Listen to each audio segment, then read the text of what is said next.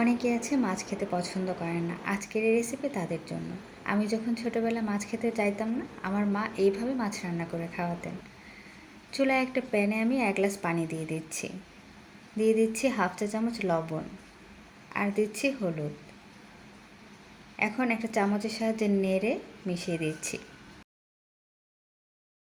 এখন রুই মাছ দিয়ে দিচ্ছি। সবগুলো মাছ দেওয়া হয়ে গেলে এবার খুব ভালো করে নেড়ে মিশিয়ে দিচ্ছি, যাতে করে মাছের সাথে লবণ আর হলুদ মিশে যায়।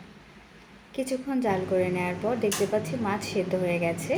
এখন চুলাটা অফ করে মাছগুলো একটা বাটিতে তুলে নিচ্ছি।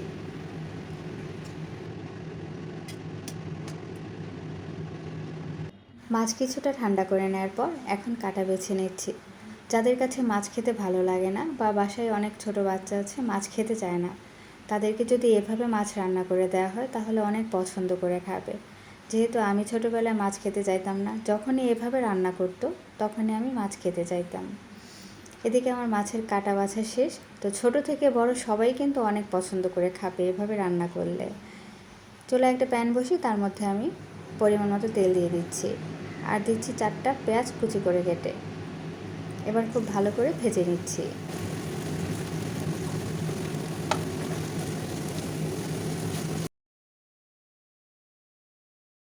আদা রসুন বাটা 1 চা চামচ, দিচ্ছি মরিচ, দিচ্ছি হলুদ, দিচ্ছি ধনিয়া আর দিয়ে দিচ্ছি স্বাদ মতো লবণ। এখন মশলাটাকে খুব ভালো করে ভেজে নিচ্ছি। মশলা ভাজা হয়ে গেলে এখন দিয়ে দিচ্ছি একটা টমেটো।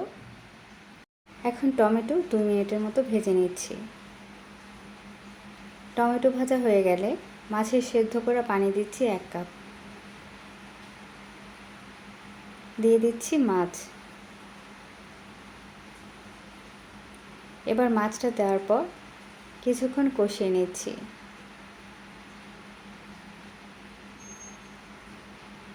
কিছুক্ষণ কষিয়ে নেওয়ার পর এই পর্যায়ে দিয়ে দিচ্ছি 5টি লেবু পাতা। লেবু পাতা দিয়ে খুব ভালো করে ভেজে নিচ্ছি।